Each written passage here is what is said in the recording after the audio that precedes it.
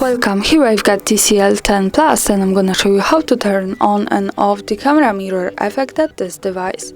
So at first we have to tap on the camera button here to open it, and for now we are in the standard photo mode with the back camera.